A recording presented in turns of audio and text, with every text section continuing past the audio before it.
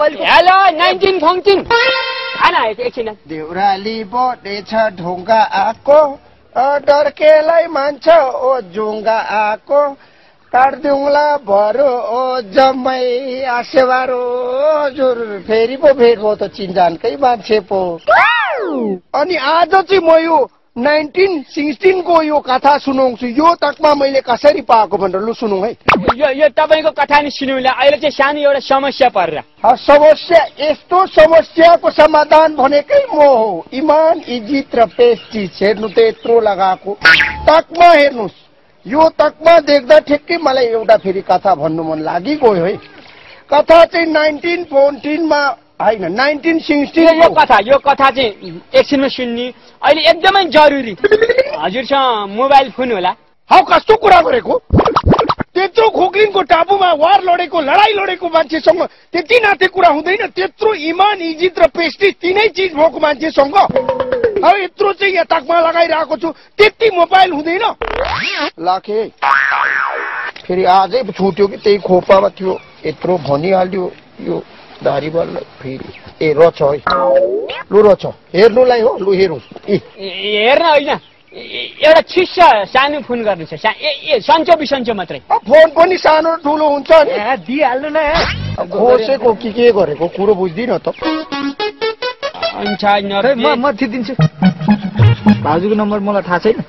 ल उसको भाउजू भन्छ नम्बर यता थाहा हुन्छ कुरो बुझ्दिन त के आफ्नो भाउजू मेरो ए मुया को बोले अरे आफ्नै श्रीमानको स्वर बुझ्दैन? हो अनि पोथी भेट्यो कति पोथी यहाँ कान्छे छ भाउजू राख्देऊ खालि पोथी ल समय पोथीको कुरा भयो एकछिन लाखे कुरा भयो होइन। अब यहाँ कथा सुनौँ हो 1916 को त यहाँ मैले भनेकै छु नि अर्को पाएको त। यो चाहिँ म खोक्लिनको बेला खोक्लिनको त्यो टापुमा माथिबाट हेलमेट लाएर टुङ बन्दुक चलाउँदै जाँदै थिएँ। यस्तो बन्दुक अघि भागेछ। यिनीहरूलाई म कहाँ छोड्छु र अर्को कथा त म जसरी भए पनि सुनाउँछु नि होइन हो। आज त के पो भयो हौ बिहानदेखि यहाँ बसेको यसो कोही चेलीबेटीहरू पानी लिनु आउँछ र आफ्नो कथा सुनाउँ भनेर दो बाटोमै छु। मान्छे पनि आउँदैन चेलीबेटी पनि कोही आउँदैन। आफू यहाँ आफ्नो कथा सुनाउनु नपाएर मुख चिलाइरहेको छ। कसैको कान चिलाएन कि क्या हो आज सुन हौ केटी बिस्तार हौ सुनौ न। आजकल त केटीले पनि पत्याउनु छोडो त हो यत्रो ताकमा पाउने मान्छेलाई। यो कथा कसलाई सुनाउनु हो साँच्चै कोही आउँदैन त कोही पो हौ कहाँ बोल्यो फेरि लाखे है ठ्याक्कै कसलाई सुनाउँ भन्दै थिएँ। यहाँ फोन त आइगयो अब यसलाई नै सुनाउँछु। को रहेछ यो लाखे नम्बर पनि देख्दैन। हौ हेलो म मुया बोला क्या मुया कस्तो नचिन्या भने अब मेरो त कोही मुया भन्ने थिएन त। तपाईँ को बोल्नु भएको मलाई थाहा छैन। त्यहाँ अघि न दुईजना मान्छे आइरहेको थियो नि हो। एउटाको दाँत छैन एउटाको चाहिँ गाला कोठी छ नि हो। तिनीहरू दुईजनामा एकजनालाई फोन दिनु त तपाईँको त मोबाइल दिन्न एकचोटि। अब मेरो मोबाइल अर्कालाई किन दिनु फेरि होइन? ए अघिको त्यो दुईजना त अघि गयो नि नानी। यो त मेरै आफ्नै खुदै स्वयं मेरै नामको फोन हो नि नानी।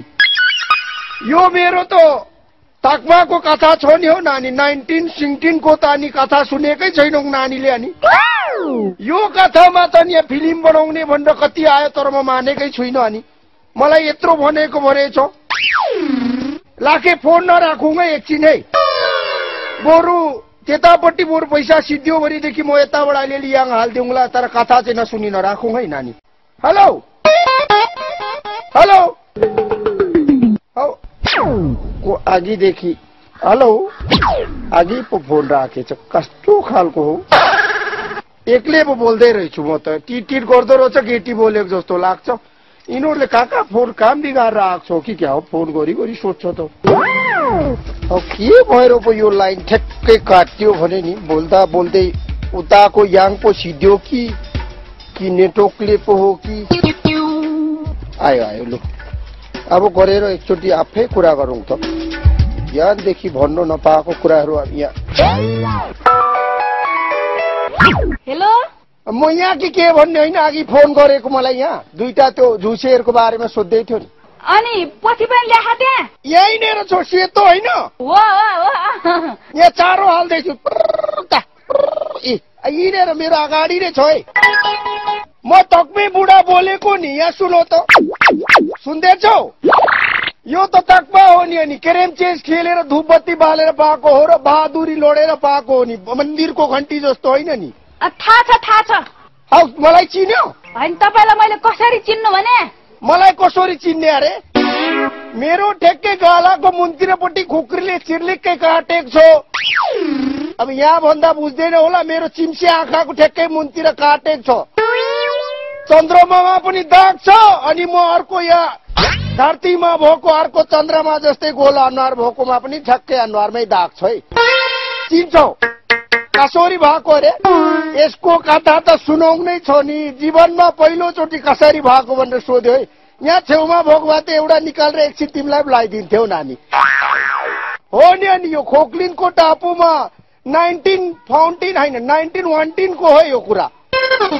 ठेक्कै खोक्लिनको टापुमा जाँदाखेरि पहरा मुनिपट्टि गोर्खे, पहरा माथिपट्टि ठ्याक्कै जापानिज दुश्मन। माथिबाट बम फेको, बम त अब गोर्खे देखेर पड्किनो कि फ्युज गएको रहेछ पड्किनो। मेरो पालो पनि गोर्खेको खुकुरी फट निकालेर खुइ घुमाएर फुट हानेको त एउटा खुकुरीले दुईटाको मुन्टो च्वाट्टै आऊ।